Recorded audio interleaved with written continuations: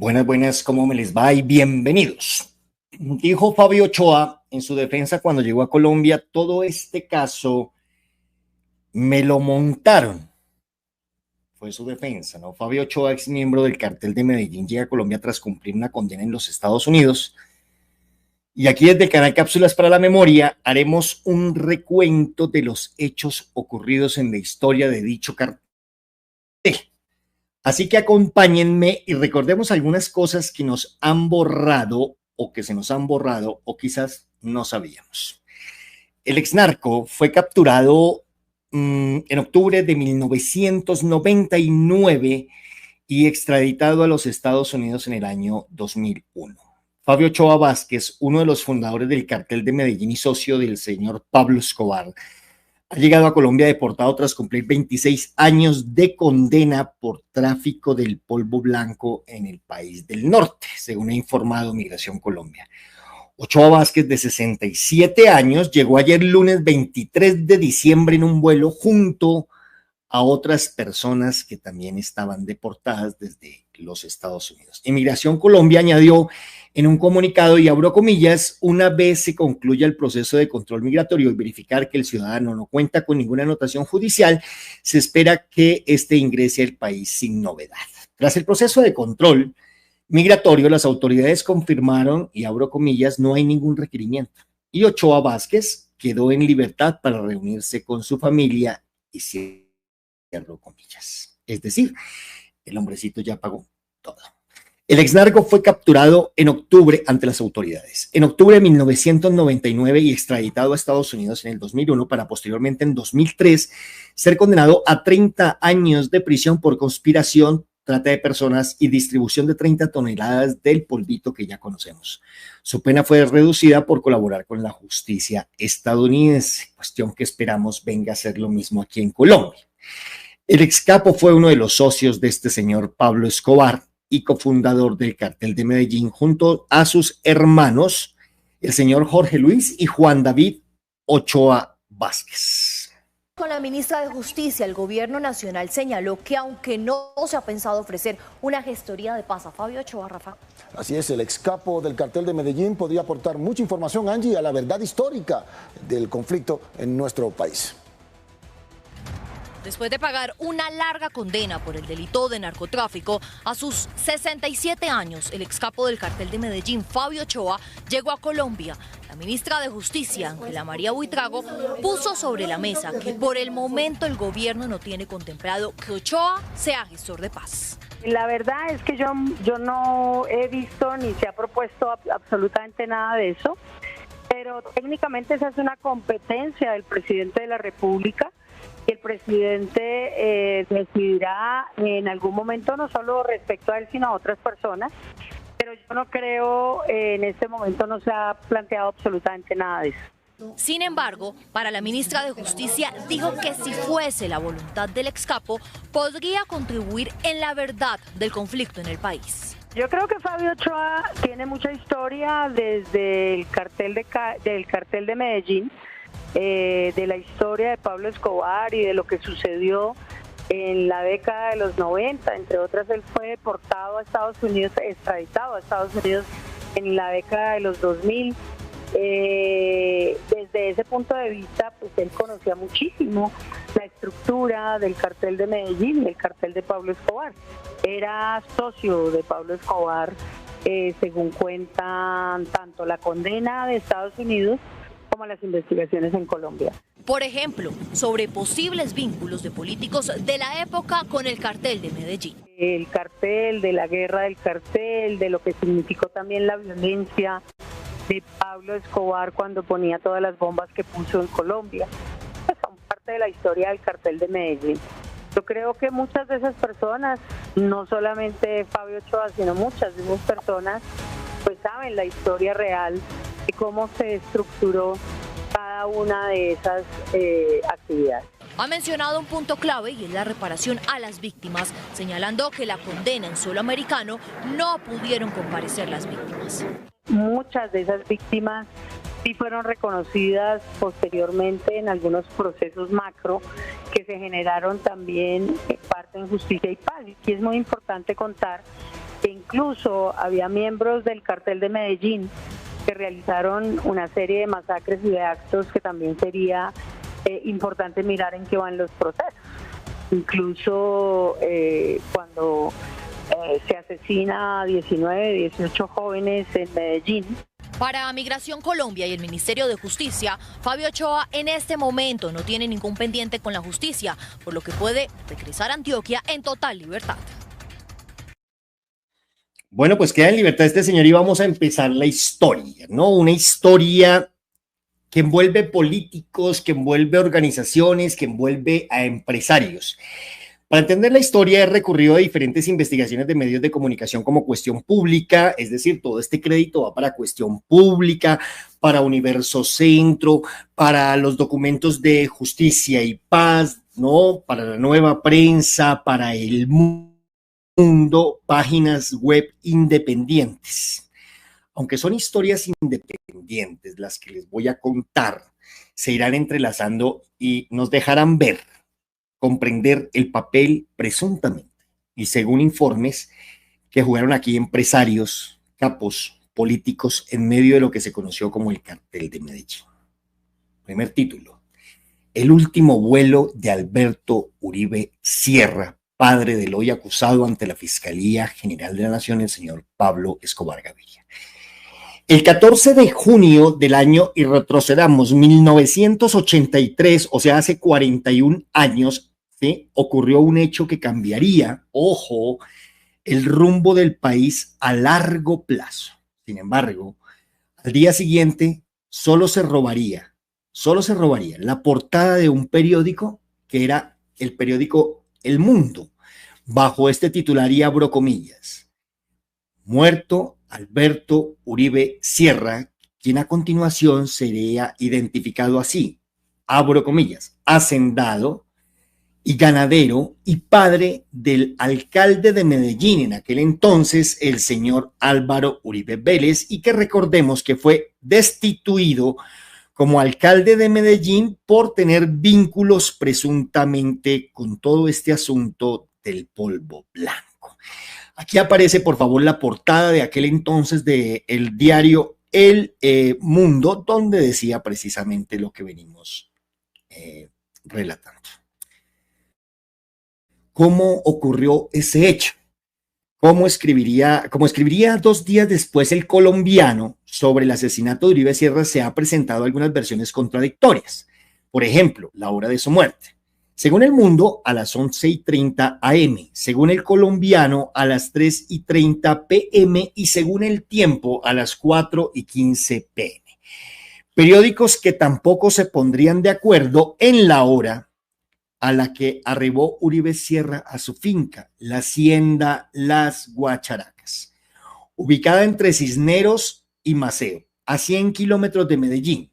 Para El Mundo y El Colombiano, estos medios, en la mañana, y para El Tiempo y El Espectador en la tarde, específicamente a las 4 p.m., o sea, 15 minutos antes de ser borrado del mapa en esa versión capitalina del asunto. ¡Ay, los medios! En cualquier caso, Uribe Sierra arribaría a Guacharacas en un helicóptero de su propiedad en Hughes 500, de color azul y blanco, que a veces piloteaba él mismo, aunque en esa ocasión estaba al mando su piloto de confianza, el capitán Bernardo Rivera. Junto a ellos iban 2 hijos del finado, Santiago y María Isabel Uribe, a quien El Colombiano erróneamente denominaría Maritza.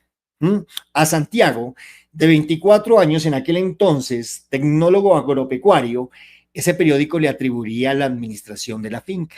Un posible tercer acompañante señalaría El Mundo bajo el título de Se salvó.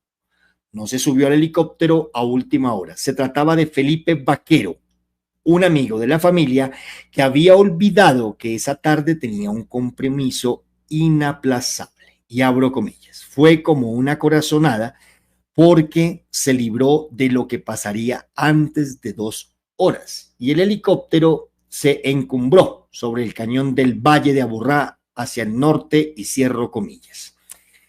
Antes de aterrizar, Uribe Sierra le hizo una seña al piloto para que sobrevolaran las haciendas de sus amigos. Era una tarjeta de presentación que se había vuelto costumbre. Además, quería pasar revista por la finca San Cipriano, productora de panela, de la cual conservaba el 50% de la propiedad. La otra mitad, sí, de esta finca la había repartido entre varios trabajadores, y abro comillas, que pedían reivindicaciones porque pasaban necesidades, y cierro comillas. La repartición fue hecha el 7 de junio del año 1979 y Uribe Sierra la llamaba autorreforma agraria.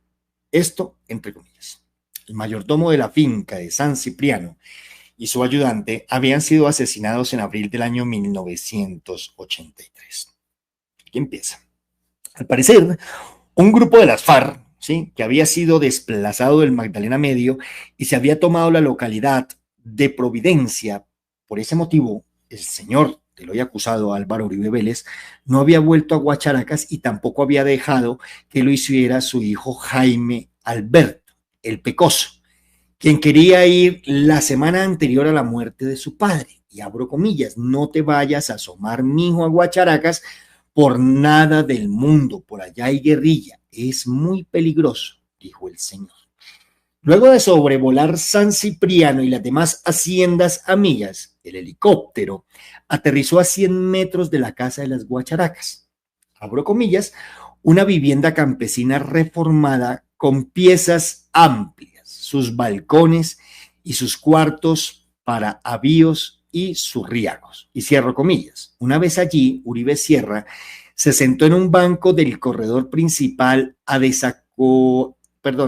desacalorarse y a conversar con Santiago. María Isabel, por su parte, siguió de largo hacia el interior de la casa y el piloto se recostó sobre unos bultos en un granero, con la intención de pegar los ojos un minutico, echarse un motocito.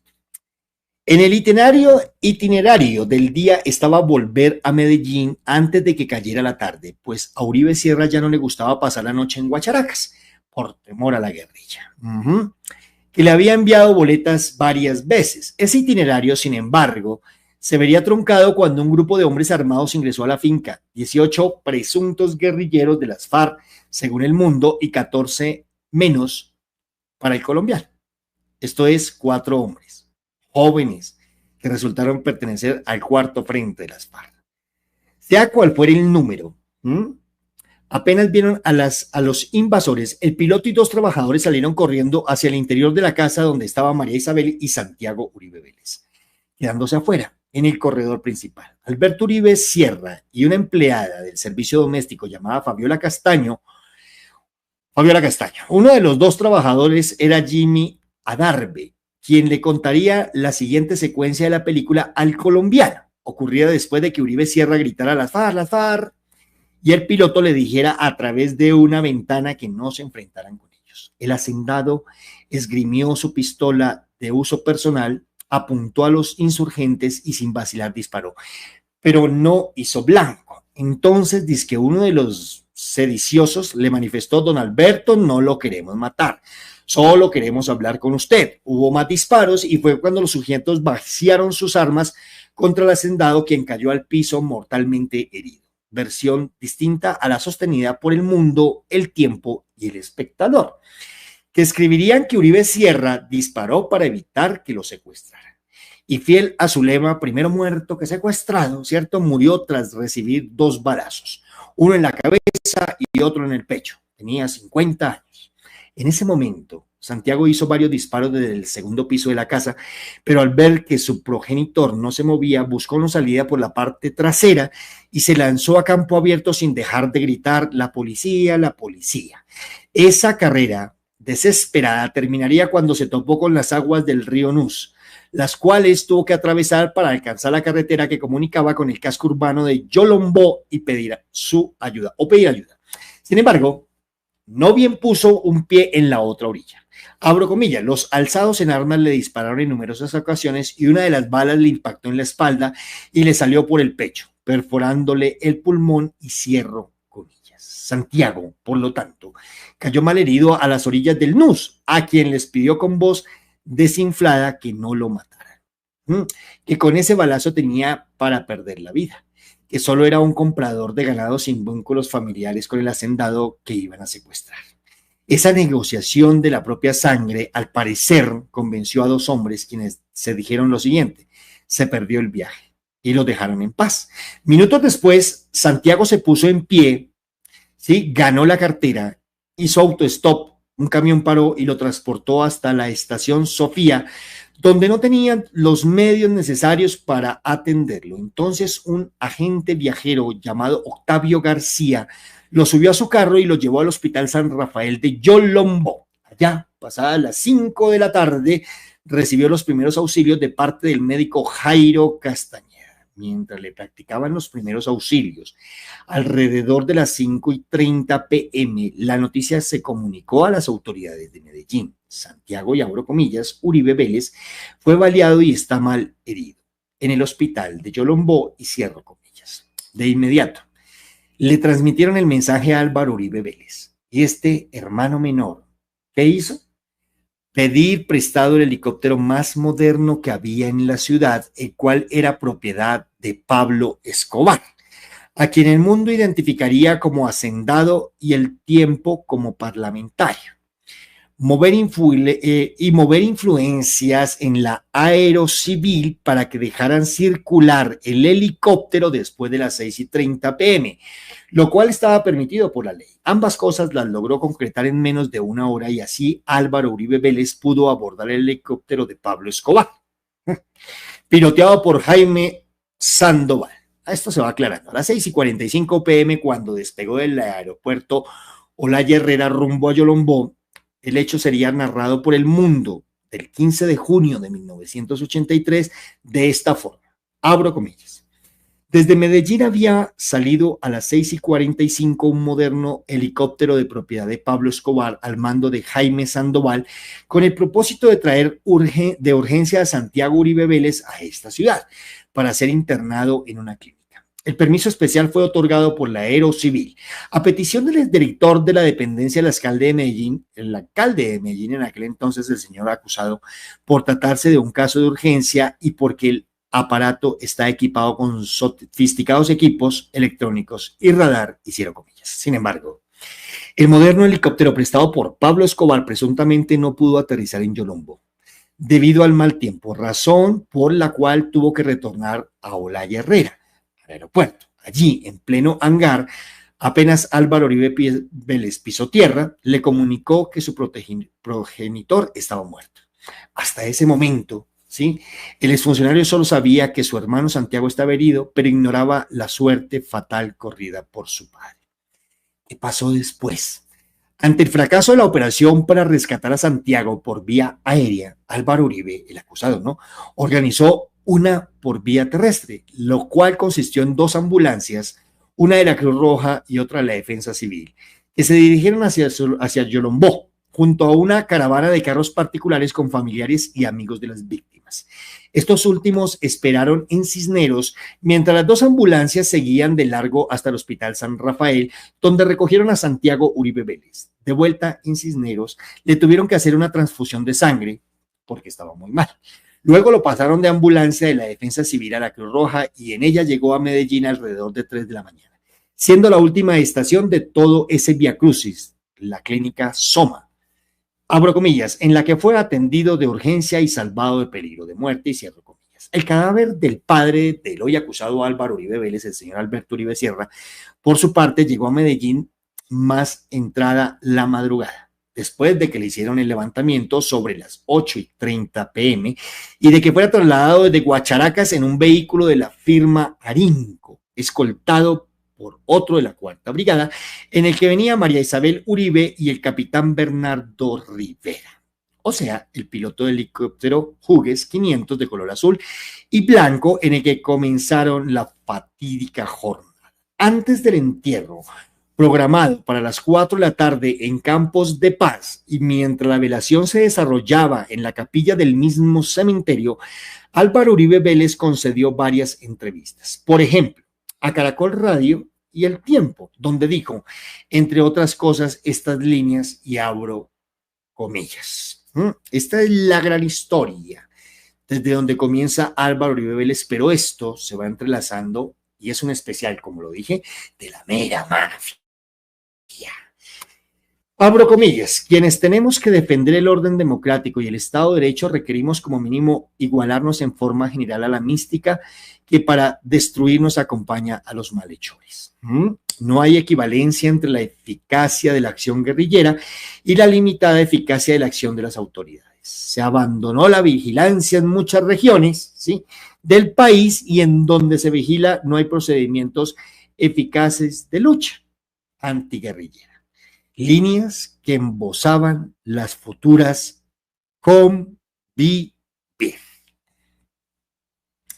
Aquí aparece la foto del hoy acusado Álvaro Uribe Vélez en el sepelio o en el entierro. Al entierro, según El Mundo, asistieron unas 10.000 personas, entre amigos, familiares, políticos, empresarios, algunos funcionarios del gobierno y hasta varios trabajadores, ¿sí?, de las fincas del conocido ganadero, cierro comillas.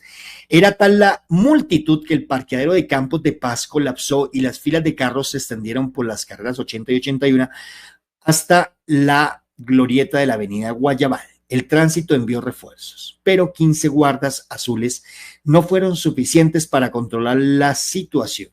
También hubo problemas de circulación entre la capilla y la tumba. El féretro, escoltado por Álvaro Uribe Vélez de traje gris y corbata negra, tardó media hora en llegar a su destino tras la misma funeraria. Tras la misa funeraria. Media hora en la que no dejó de sobrevolar una avioneta que lanzó una lluvia intermitente de claveles rojos y rosas blancas, los colores del Partido Liberal Colombiano, al que era afín el difunto, el cual fue sepultado en medio de aplausos, y abro comillas, resultaba extraño ese palmoteo en un cementerio. Para Alberto, pero a Alberto Uribe Sierra, hombre dicharachero y alegre, se le podía hacer hasta una despedida inusual. Y vamos a observar, por favor, estas otras fotografías. Ahí también está el sepelio del padre del hoy acusado Álvaro Uribe Vélez, lo mismo que también en esta otra fotografía. Fotografías de la época. Otro título, el helicóptero. Ahí, sin embargo, o sea, 2 metros bajo tierra, no termina el último vuelo de Uribe Sierra. Mientras se llevaba a cabo el entierro, El Mundo registró lo siguiente, y abro comillas. En ese mismo instante, un poderoso helicóptero de Helicol cruzó la ciudad portando al dañado helicóptero del hacendado muerto. ¡Oh, sí, señores! Otro helicóptero estaba transportando el otro helicóptero. ¿Qué le pasó al Hughes 500 de color azul y blanco en el que Uribe Sierra visitaba las 15 fincas que tenía a su nombre, siendo Guacharaca su destino final? Después de que los guerrilleros presuntamente hirieran a Santiago y lo dejaran tirado a la orilla del río Nus, volvieron a la finca e inutilizaron el helicóptero, aunque el nivel de los daños registrados varía de periódico en periódico. El Tiempo decía, los guerrilleros de la FARC dinamitaron el helicóptero. El Mundo decía, ametrallaron y dejaron completamente inservible el helicóptero, que estaba valorado en 20 millones de pesos de la época. Y El Colombiano decía, pidieron gasolina para prenderlo, pero no había. Entonces destruyeron los circuitos del equipo de radio y por último le hicieron sendas descargadas de metralleta, dejándolo prácticamente inservible. Y cierro comillas. Lo curioso de todo este asunto es que 9 meses después, cuando las autoridades allanaron y vámonos para Tranquilandia, sí, el gigantesco complejo de 19 laboratorios para el procesamiento del polvo blanco y 8 pistas de aterrizaje ubicado entre los departamentos del Meta y del Caquetá, se toparían con el susodicho helicóptero cuya matrícula era HK2704X y no estaba semidestruido, sino en perfecto estado. ¿Cómo? Así consignaría ese hallazgo El Espectador en una noticia titulada "A 3 países se extiende investigación por el polvo blanco", publicada el 15 de marzo del año 1984. La policía de todo este asuntico del polvo blanco puso a disposición del juez 23 de instrucción criminal César Tulio Lozano varias metralletas, UCIs, carabinas y escopetas, lo mismo que buena cantidad de munición precisamente para estos artefactos. De igual manera puso a órdenes suyas el helicóptero Hughes 500 de color azul y blanco con matrícula HK2704, y aquí vamos a presentar nuevamente la fotografía que ya es conocida para ustedes los colombianos. Vamos a hacer un paréntesis. Este asuntico es un especial y quise comenzar precisamente por todo este cuento que envuelve y la gran historia que envuelve al señor Uribe Sierra, padre de Álvaro Uribe Vélez, porque es que es desde ahí donde se desprenden los presuntos vínculos que pudieron tener varios políticos precisamente con este cartel allá de Medellín, un saludo para la gente de Antioquia, y desde ahí se desprende, sí, según se ha narrado, la venganza por parte de Álvaro Uribe Vélez, que tiene a este país sumergido en lo que ya tenemos que vivir, y son los diferentes grupos armados en diferentes departamentos, ¿cierto? Y algunos se conocieron como las AUC, y esto han ido cambiando de razón social y nos tienen en el carajo. Continuamos. ¿Cómo fue a parar el helicóptero del difunto Uribe Sierra a Tranquilandia? Complejo de este polvo blanco del cartel de Medellín. Esto dijo Álvaro Uribe Vélez en un artículo titulado, y abro comillas, Uribe responde a las incógnitas negras, cierro comillas, publicado por El Tiempo el 21 de abril del 2002, o sea, 4 meses antes de que fuera elegido presidente de Colombia. Mi padre fue socio de una empresa que tuvo un helicóptero. Él tenía fincas en el Valle del Cauca, Urabá, Córdoba y en varias regiones de Antioquia. Utilizaba ese helicóptero para sus desplazamientos. Cuando la guerrilla lo asesinó, ese helicóptero quedó medio destruido y mi hermano Jaime finalmente vendió las acciones de esa empresa y esa empresa salió de los restos de ese helicóptero. Mi familia no lo tuvo en su poder. Eso lo hizo mi hermano Jaime, que se murió el año pasado de cáncer en la garganta, y todos confiábamos en él. Después la policía decomisó ese helicóptero u otros con los mismos números. ¿Estaba el entonces candidato a la presidencia diciendo la verdad? Esa es la pregunta. Según la Nueva Prensa, no. En un artículo publicado el 26 de enero del 2020 bajo el título de Tranquilandia, helicópteros y otros demonios, cierro comillas, ese fue el título, ese medio desmentiría la anterior respuesta de Álvaro Uribe Vélez, hoy acusado ante la Fiscalía General de la Nación.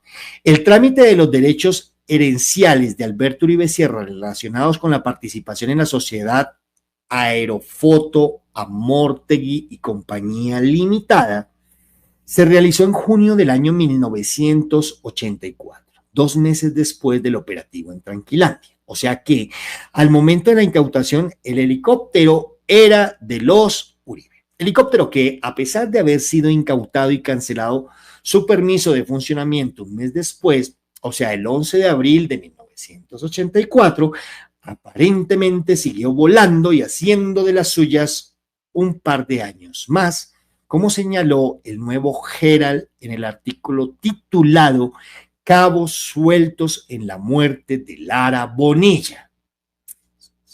Ahí vamos entrando en calorcito, publicado el 9 de diciembre del año 2007.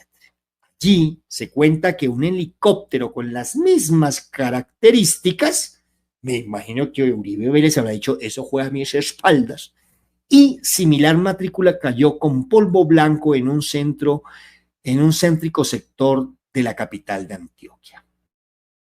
¿Cuándo? El 1 de mayo de 1986. El nuevo Herald, sin embargo, no le hizo seguimiento a esa noticia y solo usó un periódico como fuente bibliográfica, El Colombiano. Por lo que conviene hacer varias precisiones al respecto. ¿Estamos de acuerdo? 1. Efectivamente, el 1 de mayo del año 1986, a las 7:45 a.m., un helicóptero idéntico al de Uribe Sierra, o sea, el Hughes 500, se estrelló con 78 kilos de polvo blanco avalados en más de 200 millones de pesos de la época. en la carrera 43A con calle 12 Sur en el barrio El Poblado, a tan solo 150 metros del Club Campestre. 2. También es cierto que la matrícula era similar a la del helicóptero de Uribe Sierra, la de este. Como se dijo más arriba, era el HK2704X y la del helicóptero estrellado era el HK2704P3. ¿Era posible que hubiera dos matrículas tan parecidas? No. Por eso, cuando los agentes de turno de la división de ANTI, lo que sabemos, ¿cierto, ANTI? Este asuntico, buscaron la del helicóptero estrellado para saber su procedencia. Encontraron que no existía. Era una farsa, que era una mentira, como casi todo lo que rodea al señor Álvaro Uribe Vélez, siendo la más cercana la del helicóptero de Uribe Sierra. Entonces consultaron con la Aerocivil la matrícula HK2704X y les informaron que era de un helicóptero que había pertenecido a Aerofoto, Amortegui y Compañía Limitada, el cual había sido incautado en Tranquilandia y tenía la licencia de funcionamiento cancelada a petición del Ministerio de Justicia. 4. Tras esa respuesta inesperada, los agentes de turno de la división de Antipolvito fueron a revisar más detenidamente los restos del helicóptero estrellado y corroboraron, como apuntó El Mundo, y abro comillas, que la matrícula sin duda era ficticia, ya que la sigla HK2704P que había en la cola de la aeronave estaba hecha con cinta aislante forrada con Contact. ¿Recuerdan ustedes el Contact? Claro. 5. La conformación obtenida en 3 y 4, ¿sí? Los agentes de turno de la división Antipolvito supusieron que el helicóptero estrellado pertenecía al cartel de Medellín, aunque nunca lograron establecer su propiedad, ni su plan de vuelo, ni la identidad de sus dos tripulantes, los cuales fueron recogidos en un Mercedes-Benz blanco tras el accidente. Asimismo, tampoco pudieron descifrar las iniciales que estaban escritas en los paquetes del polvo, de este polvito, cada uno de a kilo. Unos decían L.EE y otros decían suerte JB. En ese mismo artículo, el Nuevo Herald también salieron a la luz unas declaraciones rendidas, en el Herald salieron a la luz unas declaraciones rendidas, ¿sí? Bajo juramento por Cecilia Lara Bonilla, ante el juez 77 de Instrucción Criminal de Bogotá, hechas en julio del año 1984 a raíz del asesinato de su hermano, el ministro Rodrigo Lara Bonilla. Ocurrido el 30 de abril de ese año, distópico. En las declaraciones se menciona el helicóptero de Uribe Sierra.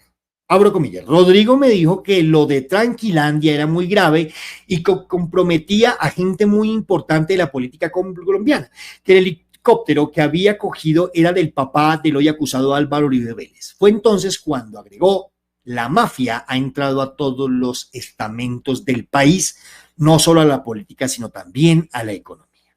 Y ahí estamos, ¿no? Pueblo colombiano. La publicación de esas declaraciones provocaron la renuncia de Rodrigo Lara Restrepo, hijo de Rodrigo Lara Bonilla, a su cargo de zar anticorrupción de la presidencia de Álvaro Uribe Vélez. Como recordó El Espectador 10 años después en un artículo titulado Tranquilandia, un operativo inconcluso. Cierro comillas. Publicado el 15 de diciembre del año 2017, donde Lara Restrepo dejó entrever que la muerte de su padre estuvo relacionada con la incautación del helicóptero de Uribe Sierra. Y abro comillas, mi papá quedó sorprendido porque se encontró en Tranquilandia el general Jaime Ramírez, único policía en el que mi papá confiaba en esa época, le alcanzó a decir que había un plan para matarlo y que los responsables eran los dueños de los aviones y de helicópteros incautados. Por eso renuncié. No podía seguir trabajando con Álvaro Uribe Vélez. Perfecto.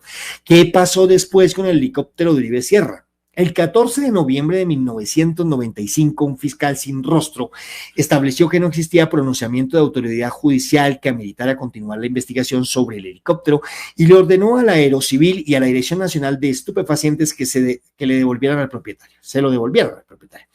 Aunque posteriormente se conoció que esta segunda dependencia, y abro comillas, nunca tuvo la posesión física de ninguna de las aeronaves incautadas en Tranquilandia. O sea que el helicóptero llevaba 11 años siendo un fantasma y desde entonces no se sabe qué pasó con él. Hoy nadie conoce su paradero, concluyó El Tiempo. Postdata 1.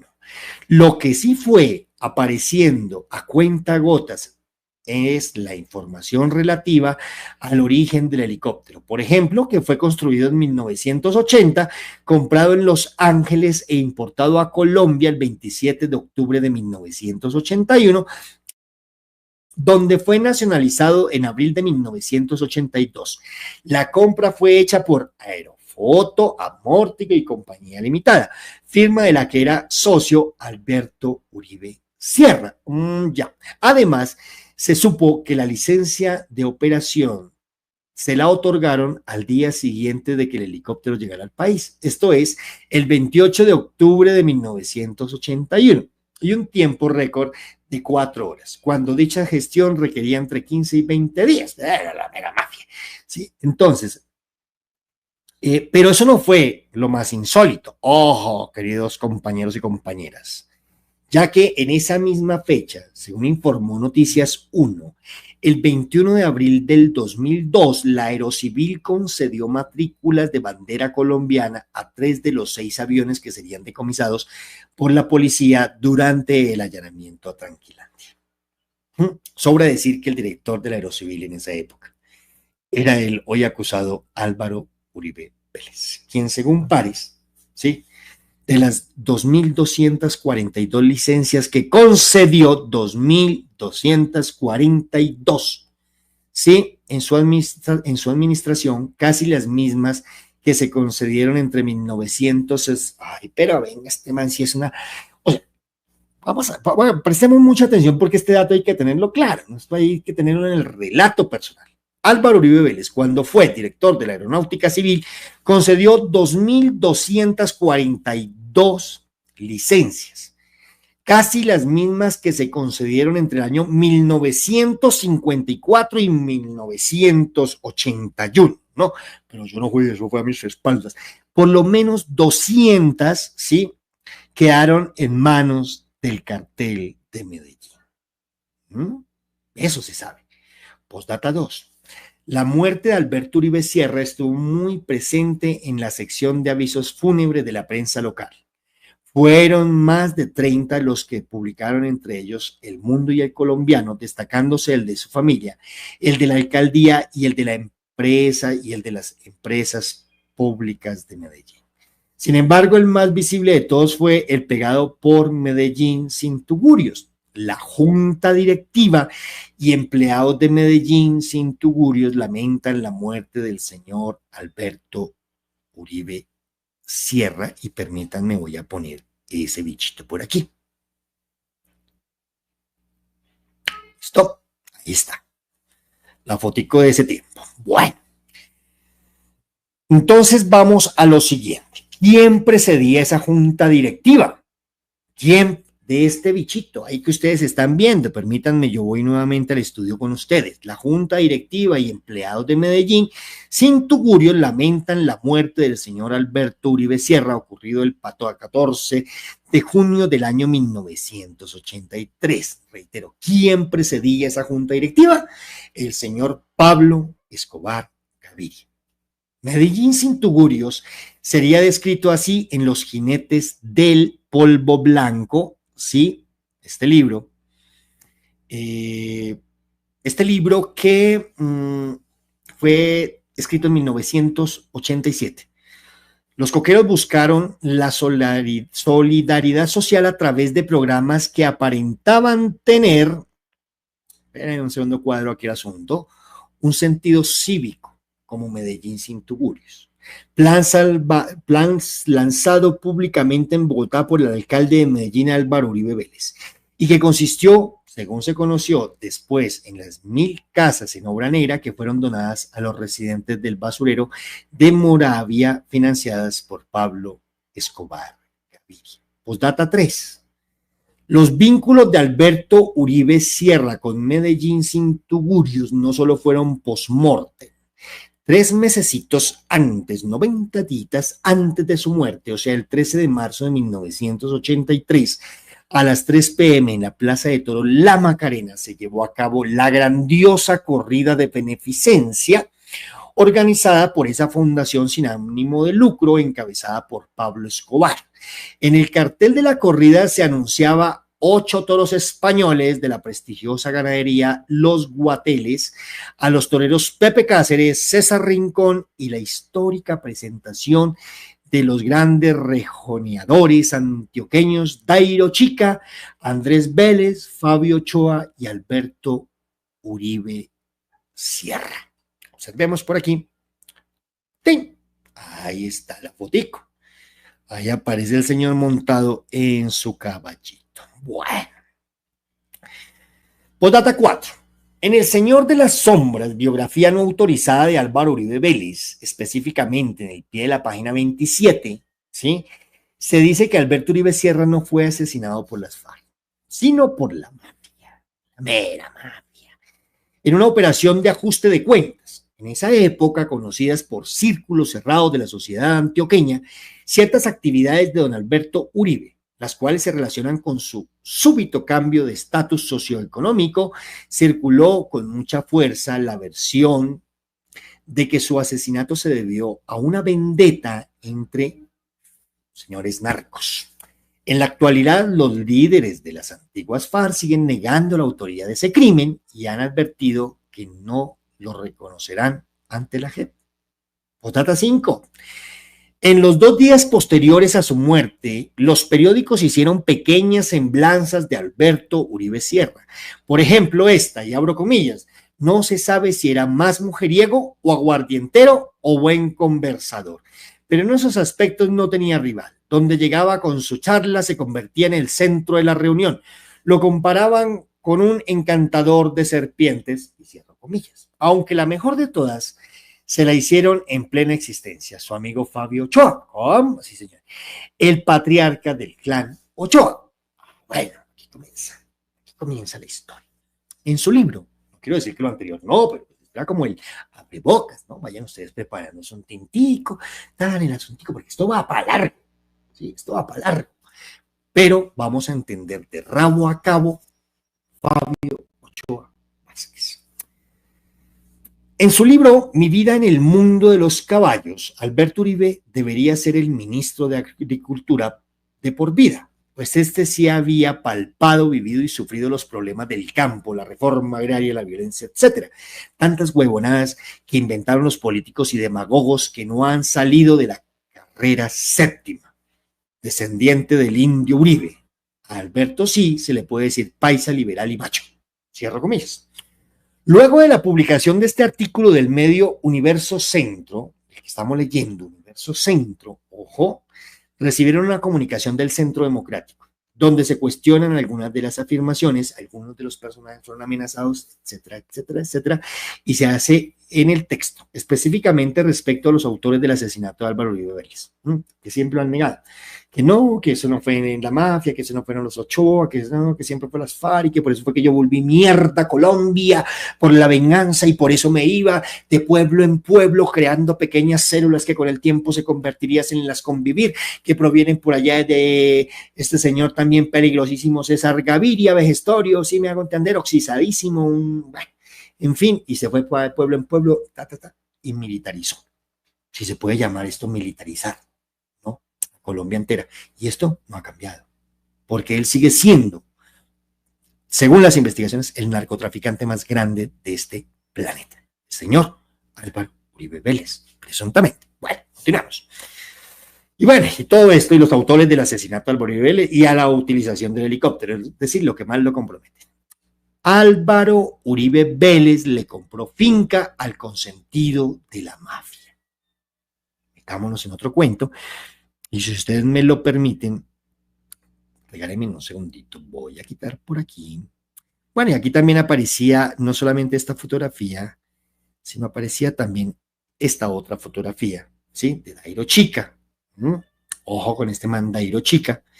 Y aparece esta otra fotografía que también pues era como uno de los carteles en aquel entonces, en la Macarena, donde se invitaba precisamente a esto. Denme un segundito porque es que hay una fotografía que pues porque como tenía tantas, no me permitió cargar, pero que llega a ser importante y que ya todos los colombianos conocemos, y es esta famosa fotografía, ¿no? Es que uno le toma fotos con mucha gente. Bueno, Vamos a dejar esto aquí, por favor. Álvaro Uribe Vélez y Fernando Urrea Arbeláez decidieron cerrar el año con un último negocio, es decir, el 31 de diciembre del año 1980 en la Notaría 5 de Medellín. Ambos, ¿sí?, sellaron la compra de una finca ubicada en Copacabana, Antioquia, de la empresa agropecuaria. La propiedad había sido comprada por Dairo Chica. Ahí tienen ustedes la fotografía. En 1977, 2 años después, fue adquirida por Agropecuaria El Cortijo, empresa de la Chica, ¿sí?, empresa de la que Chica era accionista. Finalmente fue esta compañía de la que Chica era dueño la que vendió a Álvaro Uribe Vélez y Urrea para antes de 1981. Chica ya había trabajado para los Ochoa. La finca que adquirieron ambos se llamaba El Cabuyal. Estaba conformada por 5 lotes que incluía, estoy buscando aquí algo que se me olvidó y que es supremamente importantísimo, denme un segundito, una casa grande con habitación. La compra se efectuó con la escritura 7113 por el valor de 755,000 pesos. Estamos, que hoy equivaldrían más o menos a unos 112 millones de pesos. Estos amigos se harían más cercanos con el tiempo. Urrea, hijo del fundador, ¿sí?, y de Leonisa, ¿cómo? Sí, cuya familia que continúa como dueña de esta marca. Leonisa fue gerente de Teleantioquia. Leonisa, Teleantioquia, durante la gobernación de Uribe. Sin embargo, ninguno ha profundizado en este hecho, pese a haber ostentado cargos públicos. Cuestión pública.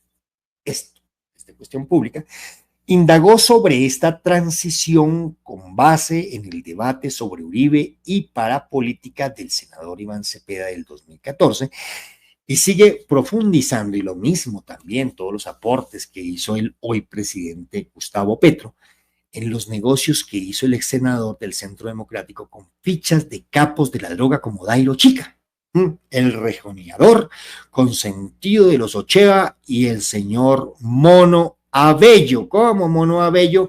Este man me suena. El Mono Abello no fue el que salió hace poquitico, bueno, no hace poquitico, hace como una década en la W, diciéndole a Abelardo de la Espriella y a Efraín Cepeda, sí señores, el que hundió la ley de financiamiento, que ellos, Efraín Cepeda y que el señor Abelardo de la Espriella, le habían robado los predios que le habían decomisado en aquel entonces, y que una vez pagó su condena allá en Estados Unidos y volvió, los predios no aparecían.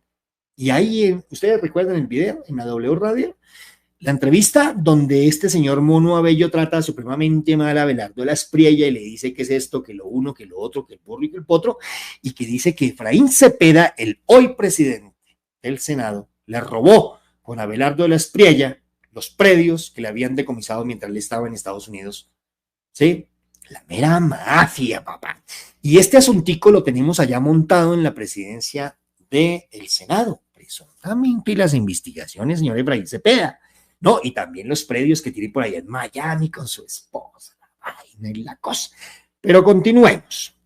Como premio a su labor, los Ochoa le regalaron varios caballos de paso fino, por lo que figura hoy como uno de los grandes rejoneadores de América. Recordemos que otro de los hombres encargados de herir con el rejón al toro admirado por los Ochoa era Alberto Uribe Sierra, padre del expresidente y acusado Álvaro Uribe Vélez. Incluso en su libro Mi vida en el mundo de los caballos, el padre de los narcos, Fabio Ochoa Restrepo, habló de reuniones entre Alberto Uribe Sierra y Dairo Chica.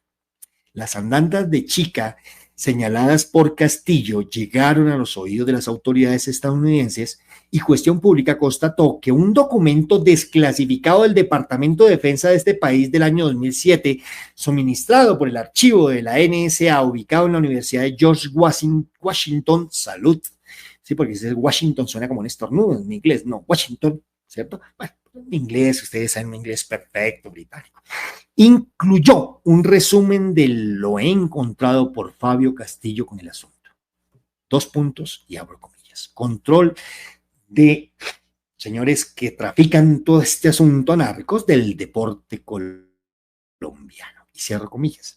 El informe dice que el agente de Chica, Pepe Dominguín, era testaferro de Skol, una compañía de los Ochoa.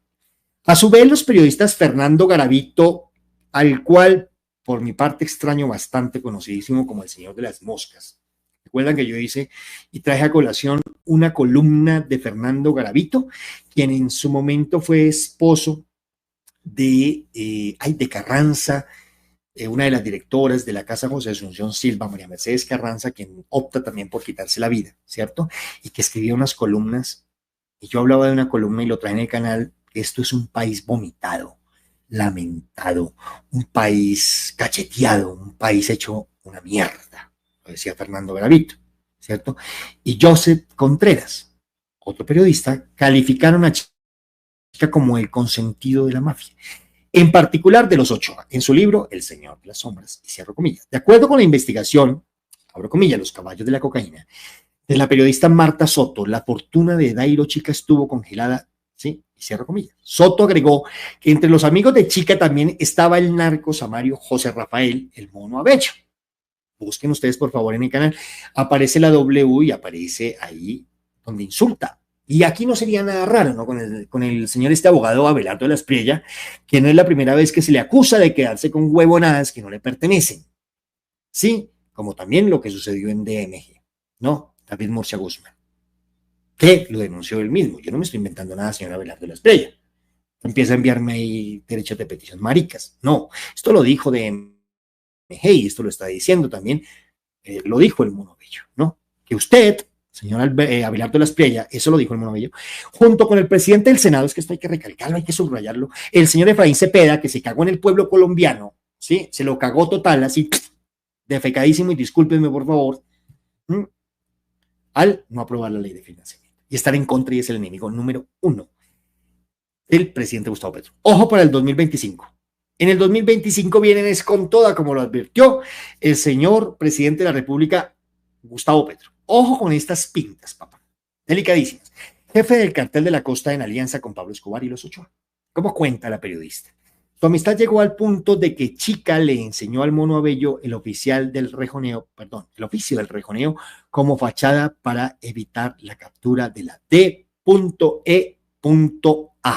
¿Estamos? Y ahí aparece la fotografía. Bueno, vamos a colocar, por favor. Muchas gracias por estar acompañándome. Estoy tratando, es una historia larga y estoy tratando de hacerla lo más amena posible, ¿no? Es decir, bueno, me falta ahorita colocar una parte que es donde se desenvuelve absolutamente todo y nos va a dejar ver cómo realmente este señor Fabio Ochoa, que acaba de llegar a Colombia, debe aportar. Es una ficha importantísima para el gobierno del presidente Gustavo Petro.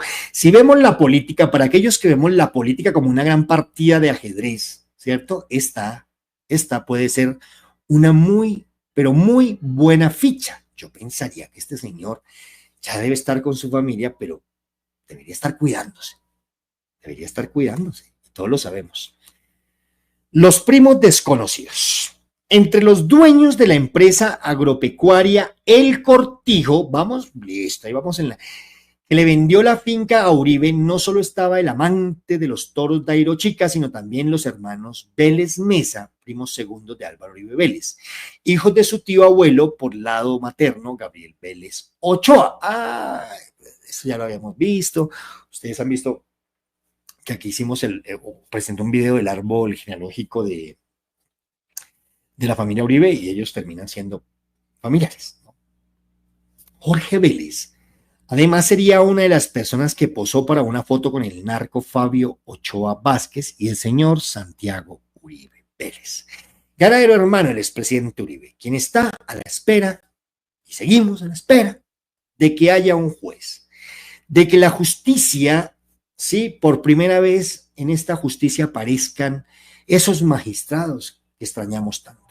Esos magistrados que fueron capaces de saber lo que era la berraca ética, ¿sí? Y decirle no al billete de los Uribe Vélez. Y les montó la persecución, recuerden ustedes. No, hoy en día eso se venden por un calao. Deme un calao, una colombiana y un pedazo de salchichón. ¿Lo acepta magistrado? No todos, por favor. Sí, señor. ¿Lo acepta fiscal? No todos. Sí, señor. Se venden es por un culo. Y Colombia, jodido. Yo no sé dónde tienen el cerebro, si lo tienen precisamente allá en el 4 letras, si es que lo tienen, si es que no lo tienen. Y ellos como se conocen, ¿cierto? Los códigos entonces salen con los... No, pero la verdad es esa. Estamos permeados aquí en medio de la justicia hasta donde no más por este asunto. ¿Cómo se titula? La historia de la mera mafia. Bueno, continuamos. Quien está a la espera de una sentencia por el caso del grupo militar, los 12 apóstoles. Es que esto es una vaina de los 12 apóstoles que si se abriéramos otra corriente, y voy a hacer un paréntesis, por favor, como por nombrar el cura de las 2 Biblias, como lo escribió el señor Gonzalo Guillén, la iglesia y el papel de la iglesia en medio de todo esto. Y allá en Antioquia, precisamente donde sucedió todo lo de los 12 apóstoles. Los sacerdotes llevando la información precisamente a esta familia Uribe. Y no olvidemos, y quiero de una vez, ojo también con lo que documentó el periodista Alfredo Serrano sobre el hermano oculto de Álvaro Uribe Vélez, de alias El Travieso. Esta familia, ¿sí?, tuvo también un primer hermano que fueron capaces, según en las investigaciones de Alfredo Serrano, de borrar todo de la registraduría. Este man no existe en medio de la familia Uribe y fue la que le metió el primer billete de todo este asunto, y que muy posiblemente con ese billete fue que se hizo la fortuna de los Uribe Vélez y se compró el ubérrimo y un montón de vainas. Fueron capaces de esconder la existencia de su propio familiar, de su propio hermano, de su propio hijo, con tal de cuadrar las cosas y el panorama que ya vamos viendo. Todo esto en un informe de la Nueva Prensa que escribió el señor Alfredo Serrano, que muy amablemente nos acompaña de vez en vez en el canal Cápsulas para la Memoria. En la imagen en mención entre Jorge y Santiago Uribe estaba Mario Vélez Ochoa, primo segundo de ambos, quien, según una publicación del diario El Nuevo Herald de Miami, era uno de los fundadores del grupo paramilitar Los R. La foto viene del libro de Fabio Ochoa, padre del narco Fabio Ochoa Vázquez, porque por ahí han salido a decir que eso es un montaje, que esa foto no existe. Se han escuchado un montón de estupidez. Esto viene de un libro que escribió precisamente esta gente. No lo olvidemos nunca. Ahí le dejo. No le contesten a esos hijueputas, entre comillas. Ojo con este título. Como reveló Cuestión Pública, ¿sí?, en el apartamento de Soltero, tan solo un año antes de que Uribe le comprara la finca a la compañía Airo Chica y los Vélez Mesa, ¿sí?, el expresidente ya había tenido negocios con otra ficha de los capos de los Ochoa, su cuñado Israel Londoño, que además fue compañero de colegio del expresidente. Nuestras preguntas a su asesora, María Claudia Daza, más conocida como la Calle Daza, ¿sí?, niña política, asunto. Bueno, esto es impresionantísimo. Si yo hubiese querido hablar, tardaría, ¿qué le digo yo?, por ahí un siglo, medio siglo, narrándoles a ustedes de rabo a cabo toda esta vaina. La Calle Daza, sobre la transacción, suscitaron un madrazo del ex senador del Centro Democrático contra este medio. No le contesten a esos hijueputas, dijo Álvaro Uribe Vélez, ¿no? Porque van a decir, Mauricio, no sea grosero. No, y que sí, lo abre la cara, marica, que eso fue todo un montaje. Uy, qué presidente tan bravo y tan parado tenemos, cuando de fondo estábamos también hablando del jarlista de la mafia. ¿Recuerdan ustedes, por ejemplo? Voy a ir acordándome. El jarlista de la mafia era un amigo parcerísimo del hermano menor de Álvaro Uribe Vélez, que estaba involucrado con todo este asunto, y cuando presuntamente, porque esto es otra película hollywoodense, ¿no?, la D.EA aquí de los Estados Unidos, aquí en Colombia, y el F.BI aquí en Colombia comenzaron a seguirlo, se dieron cuenta que el jarlista de la mafia andaba en los carros de la presidencia del señor Álvaro Uribe Vélez, y que el man entraba a la casa de Nariño, y que era parcerísimo del hermano menor de este señor, que se llama, se me fue, ya me voy acordando, vamos dándonos cuenta. Cuestión Pública, como dio a conocer también Noticias Caracol. Además, desde la Aeronáutica Civil, Uribe le dio una licencia a Israel Londoño para operar un helicóptero, como lo contó el periodista Daniel Coronel, en esa misma aeronave. Pero en el 2006 murió en extrañas circunstancias Pedro Juan Moreno, quien fue secretario del gobierno de Uribe en la gobernación de Antioquia. Gente que quería hacer bien las cosas. Y uno de los 16, hice yo un video, no encontré más, pero deben de existir más desaparecidos en los casos Uribe Vélez. 16.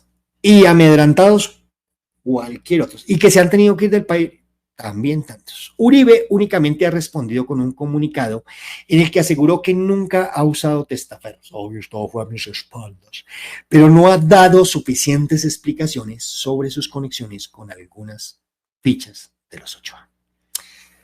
Bueno, voy a tomarme un momentico y ténganme paciencia. Mientras tanto voy a quitar esta imagen, por favor. Esto no puede ser coincidencia, ni lo es. Ustedes saben que el canal Cápsulas para la Memoria es un canal totalmente independiente. A mí afortunadamente nunca me patrocinó ni Uribe, ni los Ochoa, ni todo este cuento, ni me estoy robando la plata de la ONGRD, ni el dinero de Cosalud, no, como lo hacen las juntas directivas de Cosalud, ¿sí? Hermanos de Pacho Santos, de los Caicedo, dueños de Colombina, que pertenecen también al grupo Gilinski a través de Nutresa. Esto es una vaina bárbara, donde también aparece la empresa Carval. ¿Recuerdan ustedes? Carval. Nunca se les olvide esa empresa. Carval. Ustedes pueden ahorita googlearla. Pertenece a la familia Vallecilla. Quienes financiaron campañas de Iván Duque, de Paloma Valencia y de otros piscos del Centro Democrático, ¿cierto?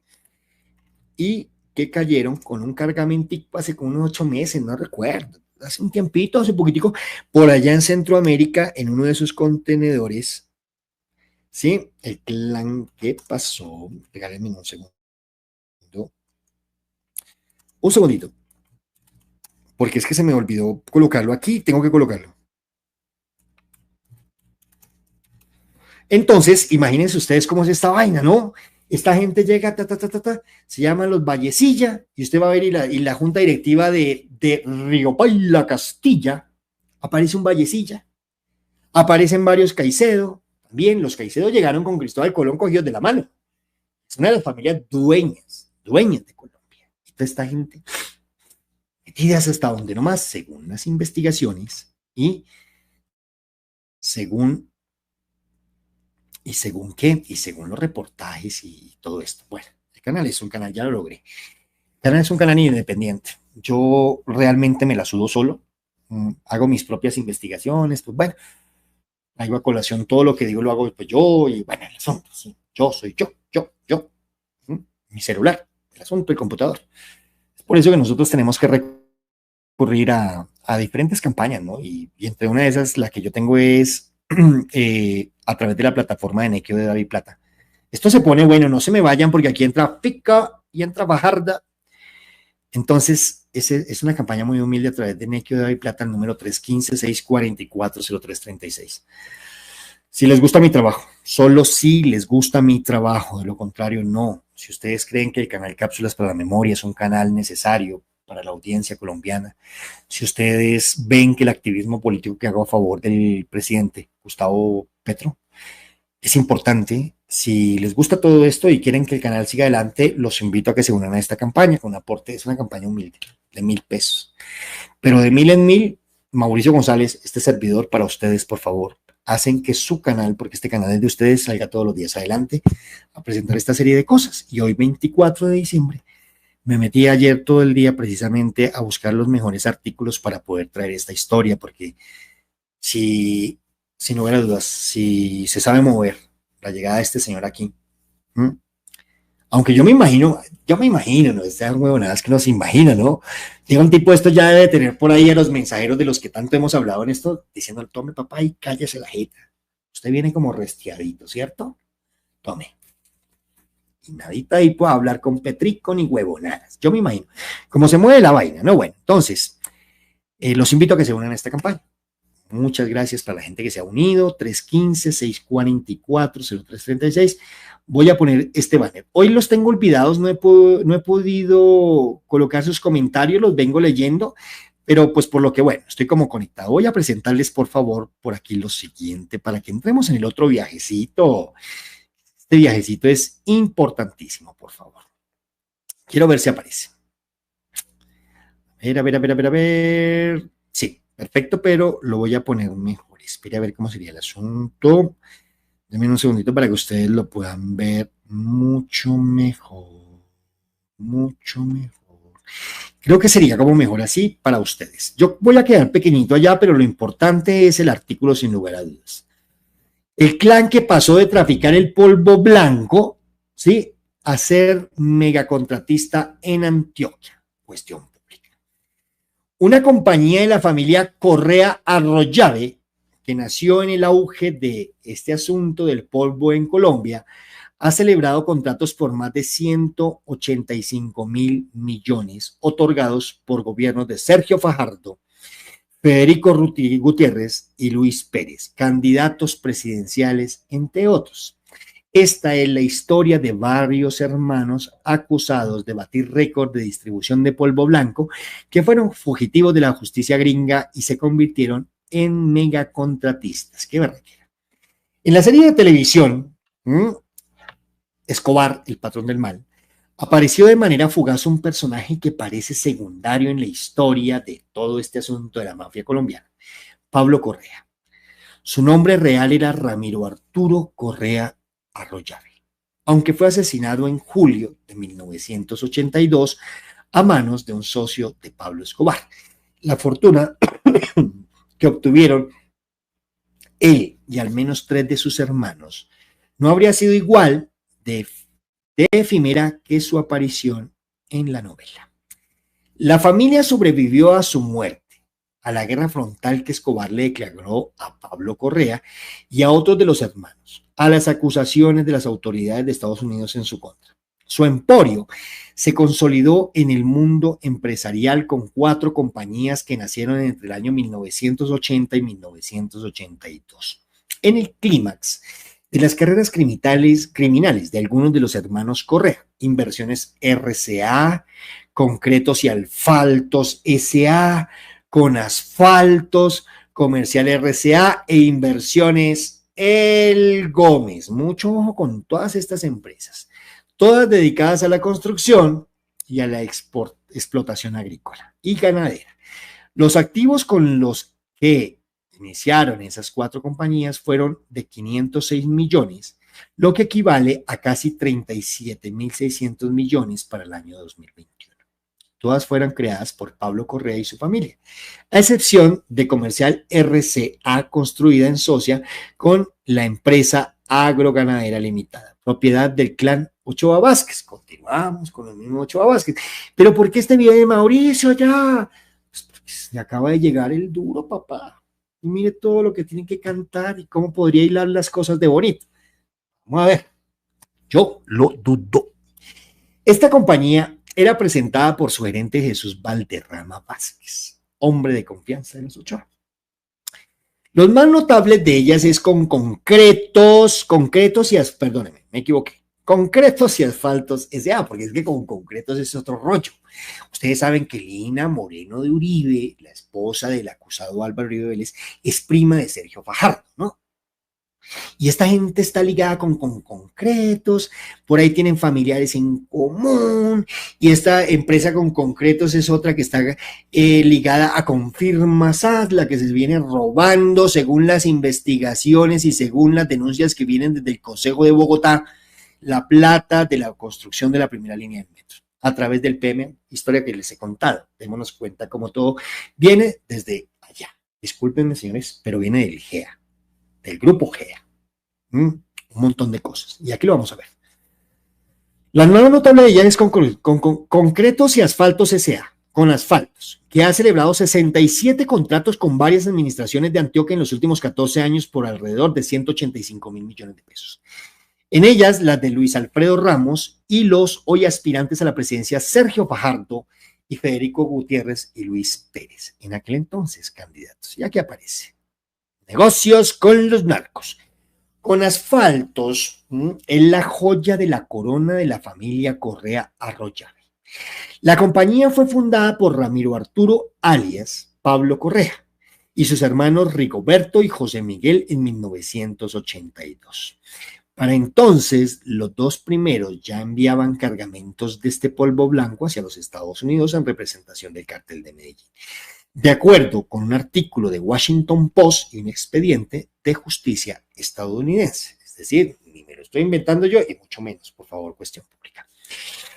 Para el año de la Constitución, Conasfaltos tenía unos activos de 351 millones de pesos, una cifra que equivaldría a 32.000 millones al cambio de la moneda en 2021. Esto, en el 2021, contrasta con el recuerdo de una familia que acudía a la solidaridad de sus vecinos para obtener los uniformes escolares de sus hijos, según dijeron a Cuestión Pública fuentes que conocieron a los Correa Arroyave desde sus inicios en los años 1970 en Copacabana, Antioquia. Yo me imagino que habrá gente en este momento en Antioquia que quizás también se pueda acordar de eso, ¿no? Estos señores Arroyave la pasaban en esa, es decir, era gente muy humilde en su momento para los años 70. El periodista Fabio Castillo reveló en el libro Los jinetes de todo este polvo blanco que Conasfalto contrataba con el Estado desde mediados de los 80. También develó que era común que los narcos lavaran el dinero proveniente de la droga a través de la construcción. Construcción, ¡ay! Me suena. ¿Quién es el constructor más grande de Colombia? Que lo sancionaron con 80 millones de dólares en Estados Unidos por Odebrecht, que es un viejito de carépito y corrupto. Ya Luis Carlos Sarmiento Angulo. Bueno, tras 34 años de la publicación periodística que denunciaba a algunos de los hermanos Correa Arroyave como parte de la familia antioqueña, Cuestión Pública encontró 67 contratos adjudicados en 2007 y 2021 que fueron celebrados entre Conasfaltos y entidades estatales. De esos 5 fueron otorgados a consorcios o uniones temporales integrados por la empresa según registros del Sistema Electrónico de Contratación Pública SECOP. 1. Varios políticos que hoy hacen parte, hoy 2024, ¿no? Este es del 2021, pero hoy 2024 también, de la contienda electoral, ¿sí?, a la presidencia de Colombia en este momento al 2026, porque eso tienen ganas. Sergio Fajardo, en 2007, ojo, mientras fungía como alcalde de Medellín, firmó un proceso por un monto cercano a los 1.700 millones de pesos como gobernador.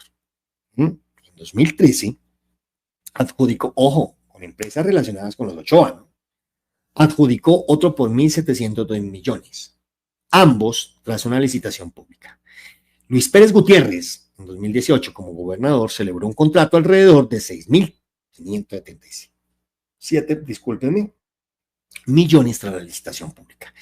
Y el señor más conocido en el bajo mundo como Chirrete, ustedes van allá a Antioquia, oye, ¿quién es el Chirrete? El alcalde, le van a decir, ¿sí? Federico Gutiérrez, como alcalde de Medellín en 2019, contratos por 3.148 millones con la compañía de los Correa Arroyave, después de suscribir el proceso por subasta. En este momento, el canal Cápsulas para la Memoria se encuentra ya en el 2024, averiguando si ha vuelto a firmar contratos con empresas, precisamente relacionadas con todo este asunto del cartel de Medellín. Y bueno, y se nos olvida la oficina de Envigado Señor. En respuestas enviadas a Cuestión Pública, los candidatos negaron haber tenido incidencias, todo fue a mis espaldas, en las adjudicaciones de los contratos y también cualquier vínculo con la familia Correa, por supuesto, ni huevones que fueran. 4 contratos que suman 37.000 millones fueron adjudicados también por la gobernación de Luis Alfredo Ramos Botero en el 2008 y 2011. La licitación pública, Ramos fue condenado por la Corte Suprema de Justicia en octubre del 2021 por nexos con paramilitares en Antioquia. La mera mafia. Los tentáculos de la constructora también alcanzaron la administración local de Aníbal Gaviria, 2004 y 2007. Ojo con Aníbal Gaviria, ¿no? Ustedes ya sabrán. Y 2012 y 2015, y a Alonso Salazar en el 2008 y 2011. Y por ahí sigue jodiendo el hijo, ¿no? Y se extendieron por las alcaldías municipales antioqueñas de Copacabana, Bello, Envigado, Carmen de Viboral, Río Negro y Sabaneta, Isla Ceja. Conasfalto se volvió tan grande que para el 2011 la revista Semana reveló que, la revista Semana de aquel entonces, Vicky Dávila jamás hubiese hecho una vaina de estas.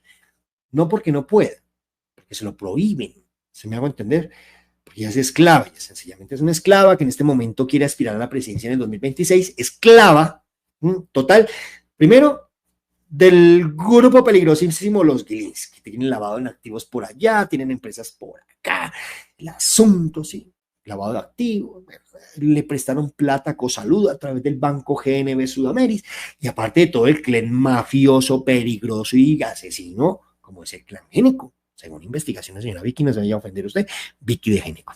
Bueno, reveló que un pequeño grupo de personas naturales y jurídicas que quedaba con el 70% de la contratación pública en Antioquia, entre esas estaba la constructora de los Correa Arroyave. pero no todos los proyectos que ejecutó llegaron a buen puerto. En el 2020, Metroplus, empresa de transporte público de Medellín, terminó el contrato de una obra que presentaba retrasos en la capital antioqueña, lo cual estaba a cargo de un consorcio integrado por Conasfaltos y Construcciones y Dragados del Sureste. La obra debía terminar en febrero del 2019, pero para agosto de ese año presentaba un avance del 55.9%, como reportó el colombiano. La constructora no ha sido la única empresa familiar que ha contratado con entidades públicas. Cuestión Pública encontró contratos de la compañía CI, es decir, Comercializadora Internacional Doña Paula S.A. con la seccional del Instituto Nacional Penitenciario y Carcelario IMPEC en Bello, Antioquia. La mera mafia. La clave del éxito empresarial de los hermanos Correa Arroyave ha sido mantener siempre un bajo perfil. Nos aseguraron dos fuentes que hablaron bajo reserva por temor a represalias. Pero detrás de las personalidades como Pablo Correa queda siempre un rastro y varios herederos. La génesis oscura. Pónganle cuidado. Pablo Correa tuvo una vertiginosa carrera como, ya saben ustedes, narco, por el jefe de la banda Los Pablos, en la cual Pablo Escobar dio algunos de sus primeros pasos delictivos. De acuerdo con la investigación, la mano del narcotráfico en el fútbol colombiano. Bueno, cada vez que uno hacía decomisos que en ese tiempo, y abro comillas, los años 80, eran de 1 o 2 kilos, decían que ahí estaban metidos los Pablos y que los que mandaban en Medellín eran ellos, cierro comillas, dijo en entrevista a Cuestión Pública el general Luis Ernesto Gilibert, quien combatió el de allá de Medellín. Los Pablos recibían la pasta, ¿cierto?, del polvo de Bolivia de un socio llamado Jorge Roca Suárez, alias Techo de Paja, para convertirla en clorhidrato de este polvo.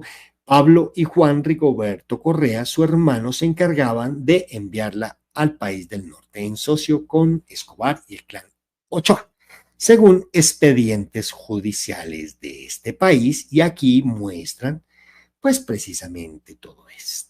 Listo, como que soportan la investigación. La soportan, discúlpenme. De los 3 hermanos Correa Arroyave, Pablo y Juan Rigoberto no serían los únicos vinculados al polvo blanco. Carlos, conocido como Caliche, también fue mencionado en el capítulo que el periodista Fabio Castillo le dedicó a la MAFIA en Antioquia, en Copacabana, donde pasaron parte de su infancia y juventud. Lo recuerdan con claridad por sus excentridades tras el repentino boom económico que vivieron los Correa. Eso empezó a notarse con la compra de muchas casas en el casco urbano. Caliche ordenaba pintar su fachada de blanco con azul claro en la parte inferior. Según relató Cuestión Pública, varias personas del pueblo empezaron a aparecer motos y carros lujosos, ¿sí? Los pobladores recuerdan las caballerizas del Cónsul II, uno de los criaderos de caballos más renombrados de la época, construidos por Caliche. Aseguraron además que una vez adquirió una casa esquinera solamente para exhibir banderas de muchos países simulando unos Juegos Olímpicos. Otro hermano, Cruz Alberto Correa, conocido en Copacabana como Tocayo, por llevar el mismo nombre de su padre, fue mencionado por personas del pueblo como alguien que le gustaba ostentar el repentino poder económico que adquirieron, y abro comillas, si no hubiese sido por Caliche y Tocayo, yo creo que no nos hubiéramos dado cuenta de que los Correa andaban en ese tipo de negocios, cierro comillas, nos dijo una persona del pueblo que habló bajo condición de anonimato. Un emporio con 2 caras. Las avionetas, sí, con polvo blanco enviadas por Pablo Correa Escobar y los Ochoa Vázquez llegaban con éxito allá al país del norte, sí, a inicios de los 80. Los laboratorios, sí, como Tranquilandia, producían al máximo nivel. ¿Será que tiene que ver algo con las 2000 y pico de licencias que dio Uribe? Yo me imagino, no, presuntamente, si uno ata las vainas, ¿no? Llegaban pero cagaditos. Los laboratorios de Estados Unidos a inicio de los 80, los laboratorios como Tranquilandia producían al máximo nivel. El paralelo, la influencia de Pablo Correa se extendía entre otros escenarios de la vida antioqueña. el periodista Fabio Castillo señaló que el capo fue accionista mayoritario del Deportivo Independiente Medellín, nada nuevo para hoy en día, equipo que no nos contestó una solicitud de información sobre sus dueños y accionistas entre 1980 y 1990. Además, según el periodista, la ganadería Horizontes, de propiedad de Pablo Correa, fue un lugar de reunión del grupo criminal llamado Muerte a Secuestradores, más fundado por narcos para frenar los secuestros contra sus familiares que para mediados de los 80 estaban perpetrando supuestamente las guerrillas. Según la investigación de Castillo, la finca contaba con un helicóptero, circuito cerrado de televisión y guardias personales en la cantidad que se requiriera. Incluso el alcalde de Medellín y periodista Alonso Salazar señaló que Correa trabajó con Griselda Blanco. Si ustedes no han visto Griselda Blanco, sería muy bueno porque esto también nos ayudaría a unir un poco más las puntas, ¿no? Y es una serie que se encuentra en Netflix, buenísima, a mí me gustó. Y el papel que se hace, ¿cómo es que llama esta china? Bueno, se me va y ahorita les digo. Correa trabajó con Griselda Blanco, una de las narcos más poderosas de la historia. Con la ayuda de Escobar, Pablo Correa mandó a quitarle la vida a un homónimo para así confundir a la administración de control, que lo que sabemos de punto E a punto A, y que lo dejara de perseguir, según el libro de la parábola de Pablo, de Alonso Salazar. Pero en julio de 1986, Correa fue asesinado por diferencias con Pablo Escobar, según el periodista Castillo, y aquí muestra un certificado de lo que estamos hablando. 5 días de su asesinato, Pablo Correa vendió sus acciones en las 4 compañías que fundó con su familia: la Promotora de Inversiones y Construcciones Limitada, empresa propiedad de la familia Ochoa Vázquez, de acuerdo con la Cámara de Comercio de Medellín. Esto gracias a un poder que Pablo Correa le había otorgado en julio de 1984 a Jesús Valderrama Vázquez, nombre de los Ochoa. Y ahí va mostrando las fotos.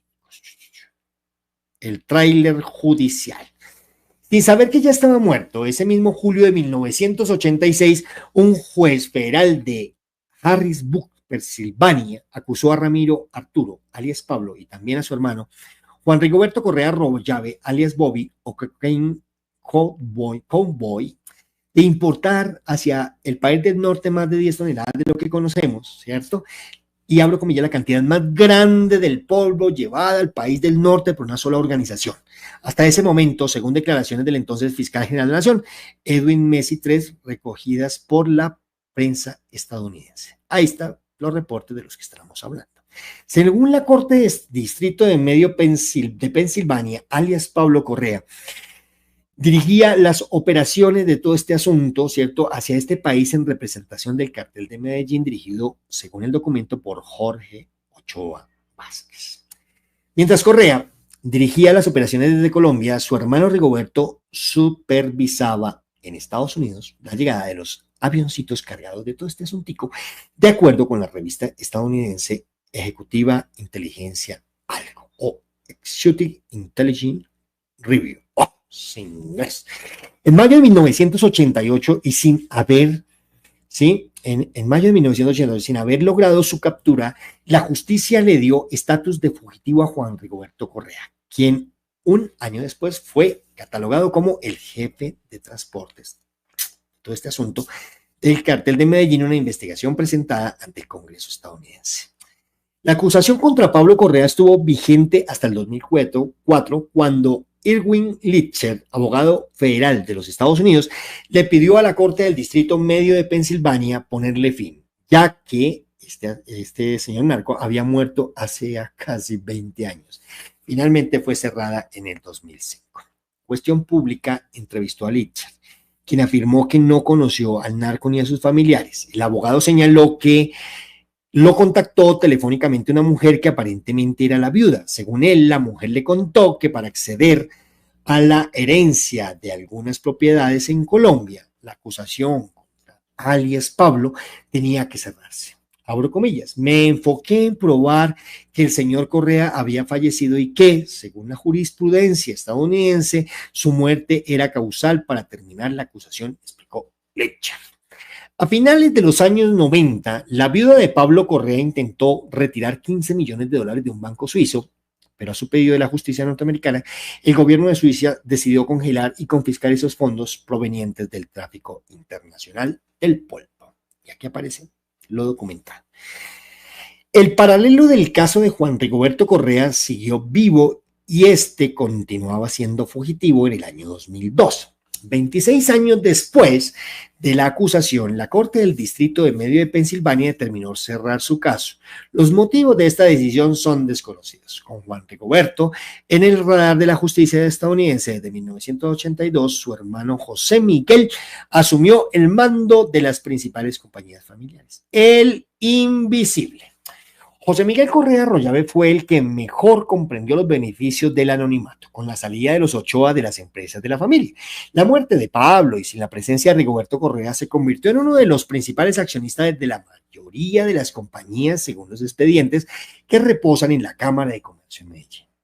Pero sus vínculos con narcos no murieron con su hermano Pablo en 1987. José Miguel adquirió, junto a su empresa Inversiones Crear, Correa Arroyave y compañía, y quien sería su primo Rubén Muñoz Arroyave, 12 propiedades en Antioquia, que juntas comprenden aproximadamente 804 hectáreas de árboles. Urabá antioqueño.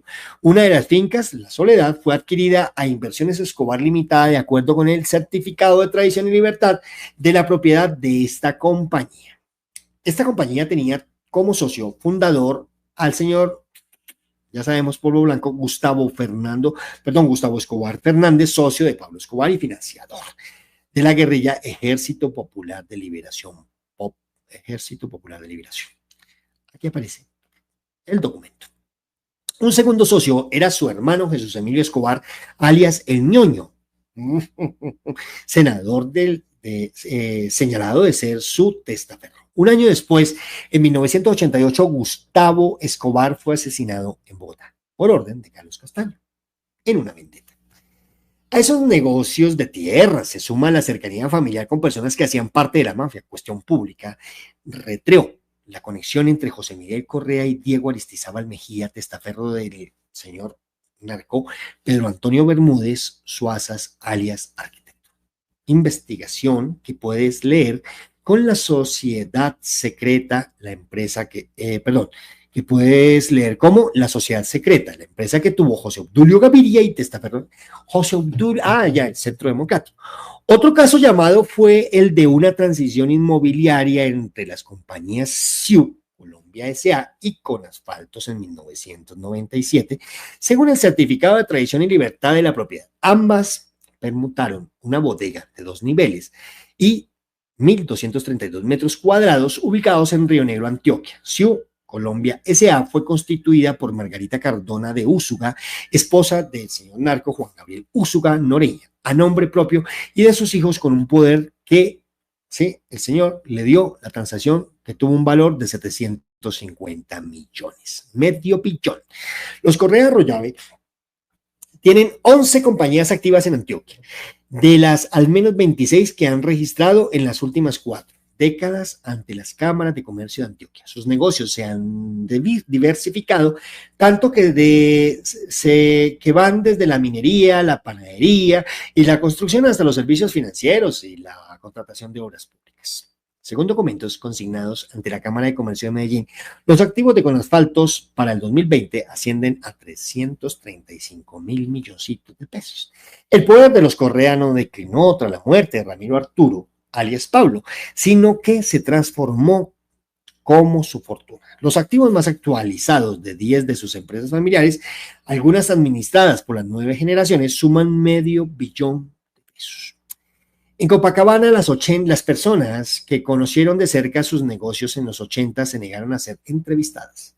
Este pueblo es Villa Silencio. Acá hay que quedarse callado o ser amenazado, nos dijo una de ellas. Al momento de esta publicación, ni José, ni Miguel, ni Juan, ni Rigoberto Correa Arroyave contestaron nuestras preguntas. De ser enviadas, las adjuntaremos a las investigaciones. Y aquí termina, por favor, este último artículo de todo lo que tiene que ver con los Ochoa de Cuestión Pública y la familia Arroyave, también muy ligada a políticos. Démonos cuenta que en su momento, cuando estuvieron gobernando, como el señor Sergio Fajardo y como el señor Federico Gutiérrez, otorgaron contratos a ojos cerrados sin licitación pública a empresas que pertenecieron a los Ochoa Vázquez. Así se mueve la mera mafia aquí en Colombia. Muchísimas gracias por haberme acompañado en este largo programa, pero pues bueno, era necesario para que nos demos cuenta cuáles pueden ser las cosas que podría llegar a hablar este señor Ochoa que acaba de llegar a Colombia, cosa que dudo, como lo dije, era necesario.